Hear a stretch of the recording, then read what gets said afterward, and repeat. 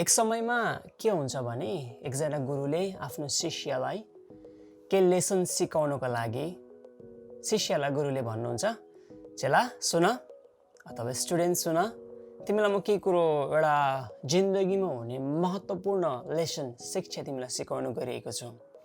आजदेखि लिएर 3 वर्षसम्म तिमीले फेथफुली त्यो कुरो गर्यो भने तिमीले जिन्दगीमा केही न केही चाहिँ गर्न सक्छौ भनेर गुरुले आफ्नो चेलालाई भन्नुहुन्छ। अनि चेलाले भन्छ, हुन्छ गुरु, तपाईले भनेको कुरो म फेथफुली मान्नेछु भनेर उसले भन्छ। अनि गुरुले भन्नुहुन्छ, आजदेखि उता तिमीलाई जो मानिसले रिस उठाउँछ, जसले तिम्रो इन्सल्ट गर्छ, जसले तिम्रो अपमान गर्छ, त्यो व्यक्तिलाई तिमीले पैसा दिनुपर्छ भनेर भन्नुहुन्छ गुरुले।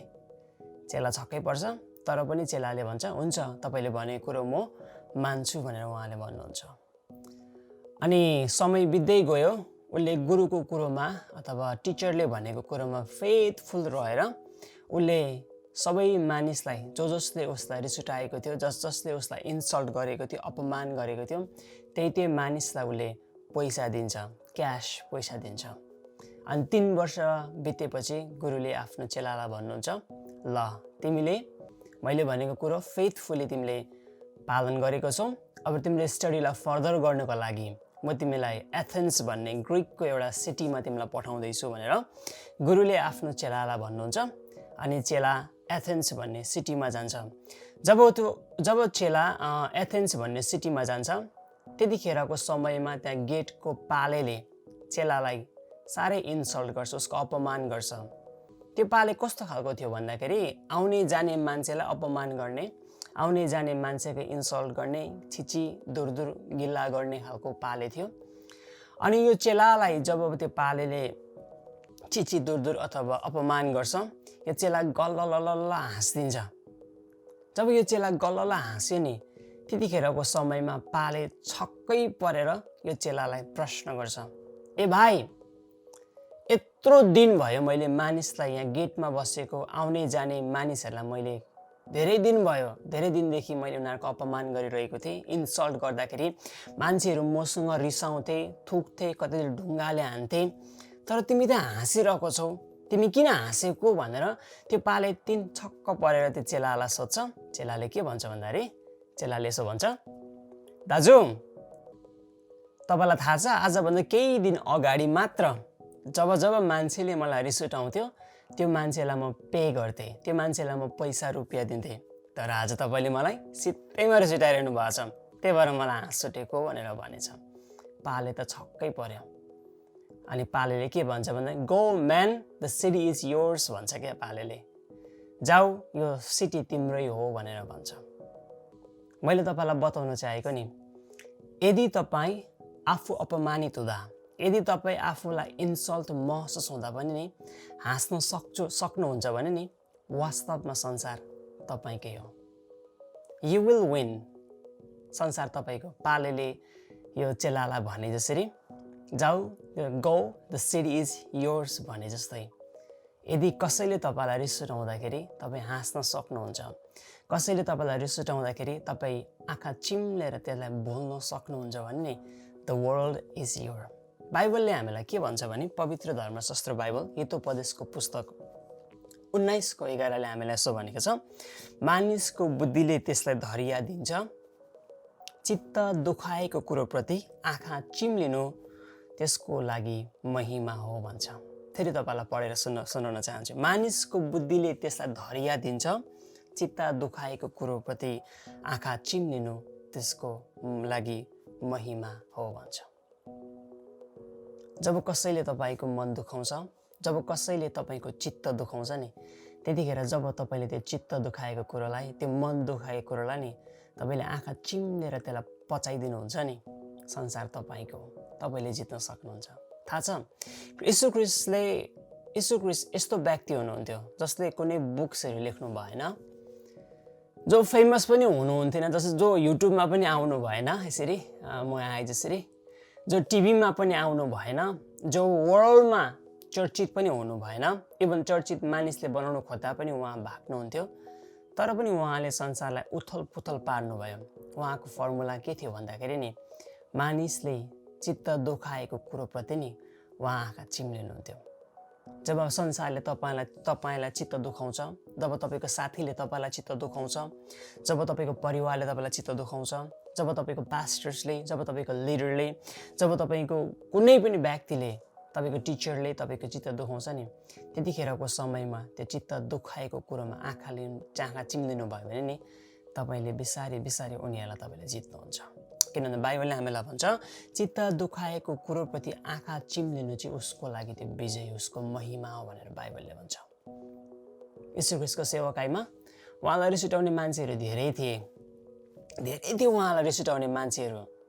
तपाईँलाई थाहा छ यीशु ख्रीष्टले जब उहाँको पहिलो सेवकाई सुरु गर्नुभयो नि, उहाँको फर्स्ट मिनिस्ट्रीमा उहाँले जब सुरु गर्नुभयो नि, मिनिस्ट्रीको सुरुवातको सबैभन्दा पहिलो टिचिङ उहाँले के भन्नुभयो भन्दाखेरि नि, यदि कुनै व्यक्तिले तिम्रो गालामा एउटा गालामा चड्कायो भने अर्को गाला थापिदियो भने यीशु ख्रीष्टले भन्नुभयो।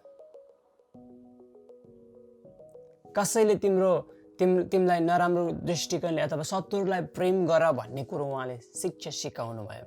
What is he saying? उहाँले भन्नु खोजेको के भन्दाखेरि कसैले तिमीलाई मन दुखाउँदाखेरि, कसैले तिमीलाई चित्त दुखाउँदाखेरि ड्याम केयर भन्नुभयो क्या उहाँले। आँखा चिम्लिनु, त्यसको वास्ता नगर्नु, जस्ट पचाइदिनु।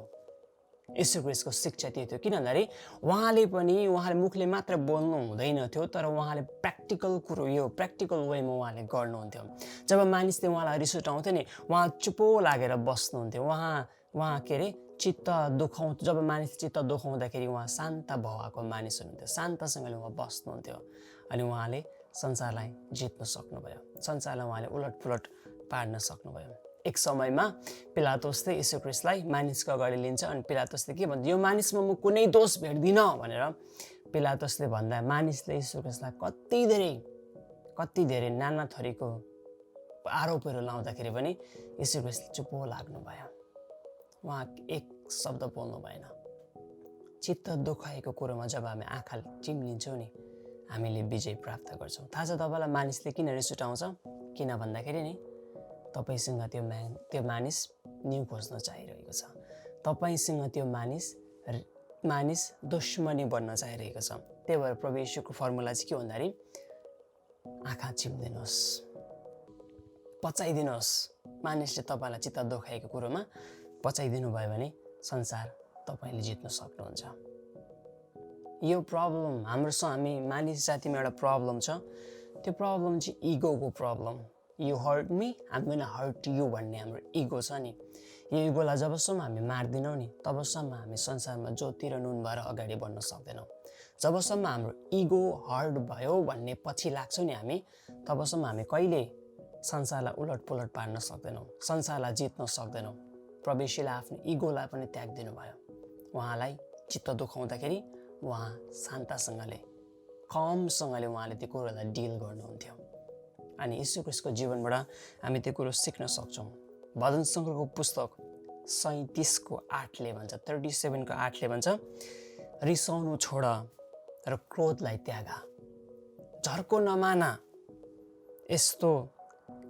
यसले खराबी गर्नेतिर मात्र ढल्काउँछ भन्छ। रिसले, झर्को मान्ने कुरोहरूले नै हामीलाई खराबीतिर ढल्काउँछ। अघि तपाईँलाई मैले भने जस्तो मानिस किन हामीसँग न्यु खोज्छ? किन भन्दाखेरि तपाईँलाई पनि त्यो मानिसले उही जस्तो बनाउनु खोजिरहेछ। तर जब तपाईँले परमेश्वरको वचनले भनेअनुसार चित्त दुखाएको कुरोप्रति आँखा चिम्लिनुहुन्छ नि, तपाईँले विजय पाउनुहुन्छ। होला त्यो मानिसले एकछिनको लागि उसले सेटिस्फाई हुनसक्छ होला, तर परमेश्वरको नजरमा नि यु आर द विनर, तपाईँ विजेता हुनुहुन्छ परमेश्वरको नजरमा। अनि जब हामीले हाम्रो इगोलाई बोकेर हिँड्छौँ नि, पावलले पनि यो सिक्रेटलाई बुझेको थियो। पावलले पनि यो सिक्रेट, प्रभु येशू ख्रीष्टको सिक्रेटलाई बुझेको थियो। अनि पावलले फिलिपीको पुस्तक 1:21 यसो भन्नुहुन्छ, किनकि मेरो निम्ति जिउनु ख्रीष्ट हो र मर्नु लाभ हो भनेर पावलले भन्नुहुन्छ। पावलले इगोको कुरो गरेको छैन।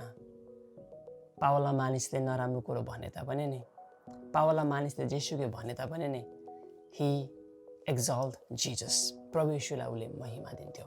प्रभु येशू मेरो लागि जिउनु प्रभु हो, मर्नु मेरो लागि लाभ हो भनेर पावलले भन्नुहुन्छ।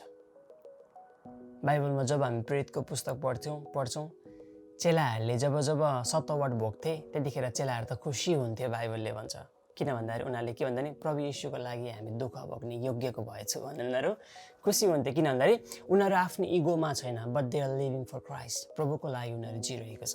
त्यसरी नै जब हामी क्राइस्ट सेन्टर जीवन जिउँछौँ नि, प्रभुको लागि जब हामी जिउँछौँ नि, हाम्रो इगोलाई हामी मार्छौँ।